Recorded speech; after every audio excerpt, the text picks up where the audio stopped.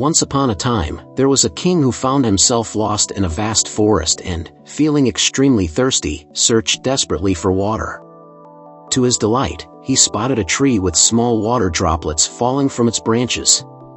The king, eager to quench his thirst, approached the tree and began collecting the precious water using leaves fashioned into a makeshift bowl. Despite the considerable time it took to fill the bowl, the king was overjoyed when it was finally full.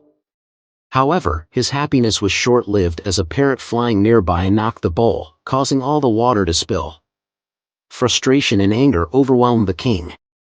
After taking a moment to calm himself, he attempted to collect water again, only to have the parrot knock the bowl once more.